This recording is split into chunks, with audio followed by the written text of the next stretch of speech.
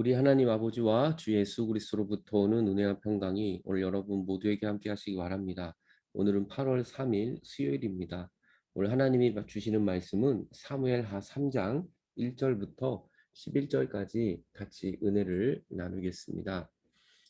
사울의 집과 다윗의 집 사이에 전쟁이 오래매가 사울의 집과 다윗의 집이 전쟁이 계속해서 일어납니다. 사울이 지금 죽었지만 그래도 그 사울의 추종자들이 다윗을 가만두지 않아요. 그런데 다윗은 점점 강해져 가고 있고요. 사울의 집은 점점 약해져 가고 있습니다. 그 이유가 뭘까요? 다윗이 강해설까요? 사울이 약해설까요? 이 다윗과 사울은 똑같은 사람들이에요. 중요한 건 다윗은 하나님의 기름 부으심이 있었고 사울은 하나님의 기름 부으심이 없이 본인의 힘으로 살아갔기 때문이에요. 하나님이 함께 한다면 우리는 점점 강해진다. 한꺼번에 강해진 게 아니라 다윗을 보면 점점 오늘보다 내일이, 내일보다 모레가 점점 강하여져 가고 있어요.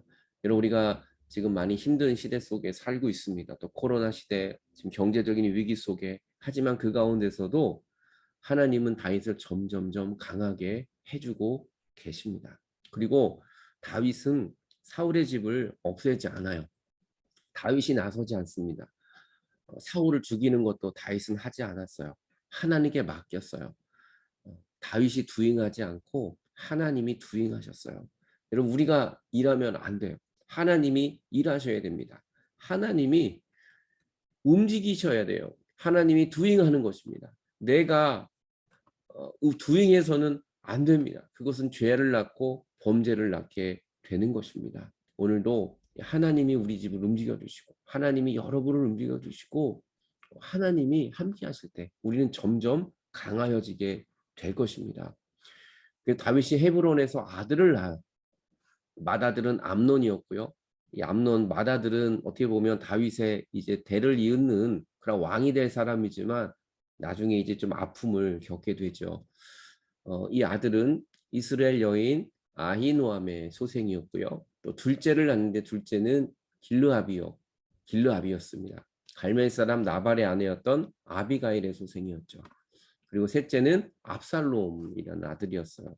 그는 그술랑 달메의 딸 마아가의 아들이었고 또 넷째는 아도니아입니다. 이 아도니아는 학깃의 아들이요.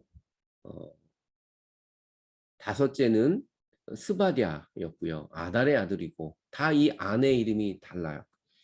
여섯째는 이드르암, 다윗의 아내 에글라의 소생이었다. 이들은 다윗이 헤브론에서 낳은 자녀들이었습니다. 이 첫째, 둘째는 다윗이 이제 도망 다니면서 또 낳은 아들이지만 넷째부터 여섯째는 헤브론에 정착해서 7년 6개월 있으면서 거기서 낳은 아들이었죠. 이것은 다윗의 가정이 점점점 강하여진다는 것을 사실 증명해주고 있는 겁니다. 다윗의 가정은 점점점 왕성해지고 있고 사울의 가정은 점점점 약해져 가고 있는 것을 보여주고 있어요. 물론 일부 다처제를 하나님이 기뻐하시는 것은 아닙니다. 하지만 이 다산의 축복을 통해서 또 이 다윗의 가정이 왕성해지고 있다는 것을 말씀해주고 있습니다. 하지만 좀 불안한 것이 있죠. 다윗이 아내가 많고 자녀들이 많아지면서 다툼이 일어나고 또 나중에 힘들어지고요. 좀 불안한 느낌이 벌써 조금 들기는 합니다. 그래서 사울의 집과 다윗의 집 사이에 전쟁이 계속 있었어요. 이 끝이지 않는 전쟁, 우리의 가정의 전쟁, 여러분의 전쟁은 무엇인가요? 근데 이 전쟁을 끝으려고 다윗이 두잉하지 않습니다. 끝까지 다윗은 인내하고 참아요. 이게 참 힘든 거죠. 어떻게 보면. 여러분 오늘도 내가 두잉하려고 하지 말고 오늘도 참고 인내하셔야 돼요. 하나님이 일하실 때까지 하나님이 일하도록 그것이 바로 믿음이고 그것이 하나님이 이끌어가는 역사예요. 내가 잘못 두잉하면 하나님의 역사를 그릇되게 할 수도 있는 거죠. 그러니까 다윗에게는 인내와 정말 믿음이 있었던 것을 우리는 보게 됩니다. 전쟁은 계속 있었어요. 그래서 아브넬이 사울의 군대 장관이죠. 사울의 집에서 점점 권세를 잡아가고 있습니다. 이 아브넬은. 그리고 사울에게는 첩이 있었는데 그 이름이 리스바요 아야의 딸이었습니다. 이스보셋이 사울의 아들이죠. 사울의 아들 이스보셋이 아브넬에게 말하면 네가 어찌하여 내 아버지의 첩과 통관하였느냐. 도저히 하면 안 되는 일이 벌어진 거죠. 그랬더니 아브넬이 큰 소리 쳐요. 이스보셋의 말에 매우 분하게 여겨. 내가 유다의 계머리냐. 내가 오늘 당신의 아버지 사울의 집과 그 형제와 그의 친구에게 은혜를 베풀어 당신을 다윗의 손에 내어주지 아니하였거늘 당신이 오늘 이 여인에 관한 허물을 내게 돌리느냐. 내가 그거 아버지 첩을 건드렸다고 그것 때문에 내가 한 일이 얼마나 많은 줄 아냐 이런 거예요. 지금 오히려 적반하장이죠. 분을 내면서 뭐라고 말하냐면 여기 또 하나님의 놀라운 섭리가 있어요. 이렇게 아브넬이 막 화를 내면서 무슨 말을 하냐면 여호와께서 다윗에게 맹세하신 대로 내가 이루게 하지 아니하면 하나님이 아브넬에게 벌을 내리실 것이다. 그러면서 자기가 하나님께서 하실 일, 다윗에게 맹세하신 그 하나님의 뜻이 이루어지도록 자기가 앞장서겠다는 겁니다. 오히려. 그리고 그 맹세는 곧 이 나라를 사울의 집에서 다윗에게로 옮길 거다. 사울의 집에 있던 그 하나님의 언약이 이제 다윗에게 옮겨지게 될 것이고 그의 왕위를 단에서부터 북에서부터 브엘세바까지 이스라엘과 유다에 세우고 온 이스라엘에 이제 하나님의 나라가 다윗의 가정을 통하여 다윗을 통해 이루어지게 할 수 있도록 내가 그렇게 하겠다라고 이야기합니다. 이거 하나님의 역사죠.